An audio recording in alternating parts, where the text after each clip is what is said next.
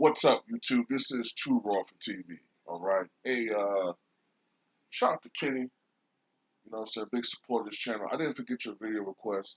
I'm gonna get your video done today, man. But I gotta go in on Steve Nash too. Okay. Don't think I forgot about Steve Nash. Oh hell no. Don't think I forgot about him because, in my opinion, I really put 50% of the blame on him. Okay. I put 50% of the blame on the team because they had no business losing to basically a bunch of role players and Andre Drummond. However, I have to put a lot of it on Steve Nash.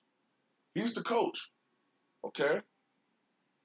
And a coach, first of all, when a team like the Lakers jump out to a big league like that and they're playing off energy, knowing that the other team may not be taking them seriously, a great coach like a Phil Jackson or a Larry Brown, a Chuck Daly, um, Mike Krzyzewski going to college, Lou Williams, Dean Smith, Red Auerbach, whoever, Red Holtzman, Jack Ramsey, all the great coaches, right? Even the very good ones,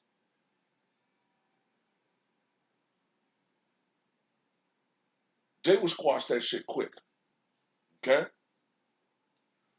Phil Jackson especially, he would do whatever it took from a psychological standpoint to get you to go out there and understand the optics of the situation and attack these motherfuckers, okay? True, this is a depleted team, but to the fans out there, you're getting your ass whooped by the Lakers, a team that everybody knows are defending champions. They're the defending world champions. Yes, they don't have their two best players, but this is still the world defending champions. And you have to make a statement against this team. Steve Nash wasn't doing that. It's almost like this team is not being coached. I, I believe Kyrie Irving said they really didn't need a coach, right? Earlier before the season started.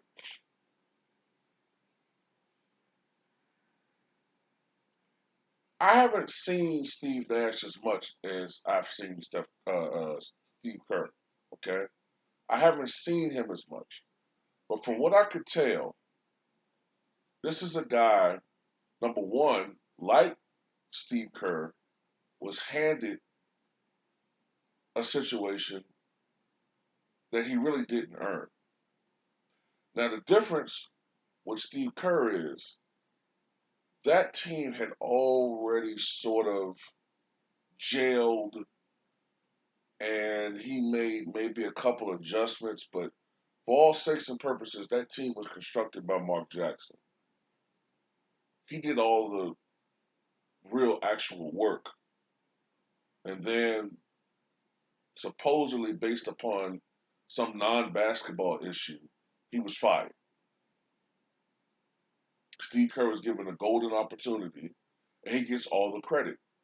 But now you see in the last couple of years when he actually has to coach, Steve Kerr is a very mediocre coach. Okay?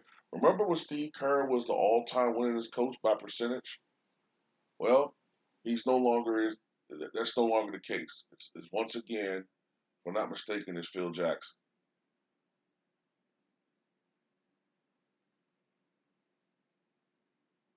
And people talk about, Phil Jackson was always given talent and, he never had to struggle as a coach. Well, I want to tell people this. I want to say something. It's a reason why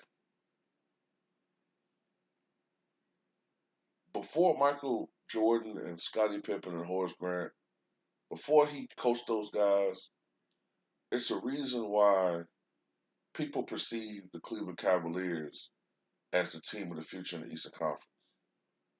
It's a reason why Some people thought the Atlanta Hawks might end up being a better team in the 90s than the Bulls. It's a reason why they were called Michael Jordan and the Jordanaires. It's a reason why they were always getting their ass handed to them in the postseason by Boston and Detroit. And there's a reason why the first year that Phil Jackson became the head coach, a Scottie Pippen migraine headache, and the fact that outside of Michael Jordan's 31 points, I think something like 8 rebounds and 7 assists, everybody in the starting lineup and BJ Armstrong shot a combined 11 for 57 from the floor, but yet they still only lost by only 19. They took them to 7 games. Meanwhile, Portland, who on paper were more talented than Chicago, lost in 5 in the finals to the Pistons. A lot of that's coaching, okay, and making adjustments and calling timeouts when you feel like the game is getting away from you, okay, and getting on certain guys, motivating them when need be, and getting on guys when they're not producing at the level that they should be. That's what a great coach does. Yeah, he had great talent, okay, and maybe that's why you shouldn't call Phil Jackson the greatest coach because he did play with he did coach so many top 5 and top 10 all time talent. But before he was there, they weren't doing anything. Remember, before Phil Jackson coached LA, the Lakers were regularly getting swept out of the playoffs. And Shaq and Kobe were there.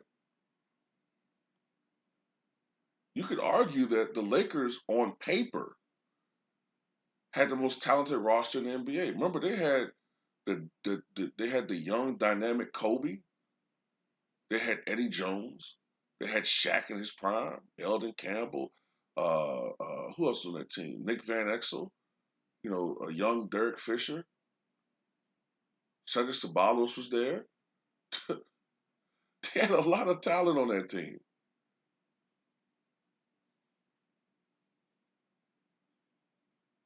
But they couldn't get past the seemingly less talented Utah Jazz, or they couldn't get past the Spurs until Phil Jackson got there. So give Phil Jackson more credit than what you guys are accustomed to doing. Now, Red Auerbach, he's a great coach, but it's a reason why once he retired and went to the front office and Bill Russell became the coach, they still won 2 championships. That was a stacked team.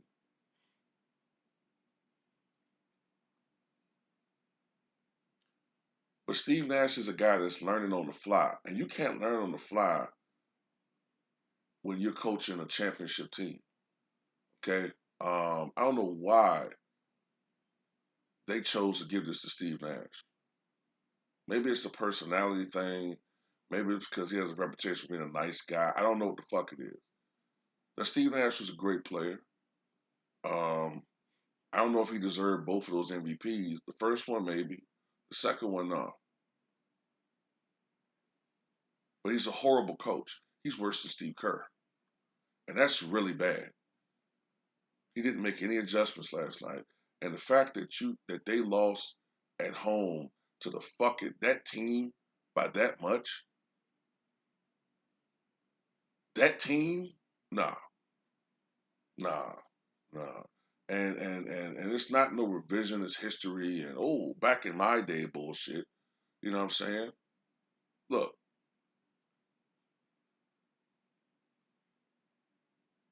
I'll use a comic book comparison. Today you got Justice League and the Avengers, all these great players on one fucking team. But back in the day, you had your John Wicks, you had your Equalizers, you had your Punishers. Okay? They may not have dominated as far as championships, but they were one-on-one matchups that you didn't look forward to, and they were so individually great that they were able to take their teams deep. But one great player and a sidekick usually can't beat four really or five really good players. See what I'm saying? Listen to what I'm saying. One great player and a sidekick 99 times out of 100 will not be able to uh, get over five really good players. That's why the Pistons beat the Lakers. That's why a team like Portland, but I know y'all know what I'm talking about, but that's why the 1977 Portland Trailblazers were able to beat the more talented 76ers. And some of that was coaching. Jack Ramsey outcoached Billy Cunningham. But, people don't hold the coaches accountable. And we do, even though people think we don't. So a lot of this was on Steve Nash. He's not a good coach. And if they do lose in the playoffs, especially if it's in the early rounds, Steve Nash needs to be criticized just as much as Kevin Durant, James Harden, and Kyrie Irving, if not even more. Because they give all these praise to these motherfuckers when they win. Right? Steve Kerr and all these motherfuckers get all this fucking praise. They make sure you know what I'm talking about, they make sure they get all the fucking praise. But when these motherfuckers lose, oh, they don't bring the coaches up. They go straight to the niggas. Nah, you will share a lot of this blame, Steve Nash, because you know what I'm saying? I have my issues with you anyway.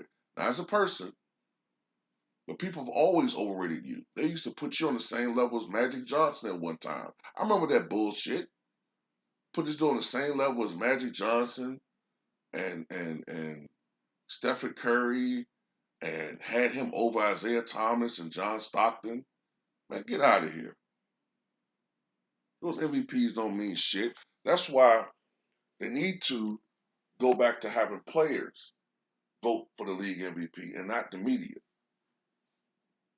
You didn't see this shit when it was the players voting on MVP. That's why the first 35 years of the NBA, the only multiple MVP winners were the Bill Russells, Wilt Chamberlains, and Kareem Abdul-Jabbar and Bob Pettit. That's it. Those are the only multiple MVP winners.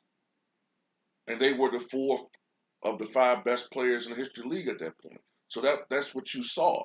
It wasn't until the media had a growing influence on public perception and narratives and all this shit.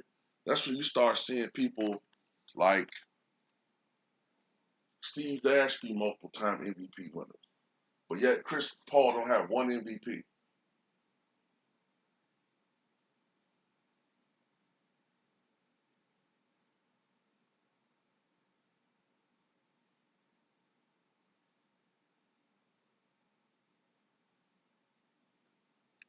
They'll tell you one guy who obviously is not even the best player on his team, he's the MVP, but they won't give credit to another dude who's balling because he's in Utah, because he plays for a small market. But Karl Malone's in a small market.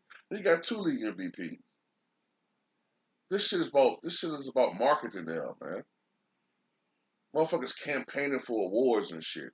This nigga fucking Draymond Green was out there campaigning like fucking Joe Biden and shit for the MVP, this Defensive Player of the Year award.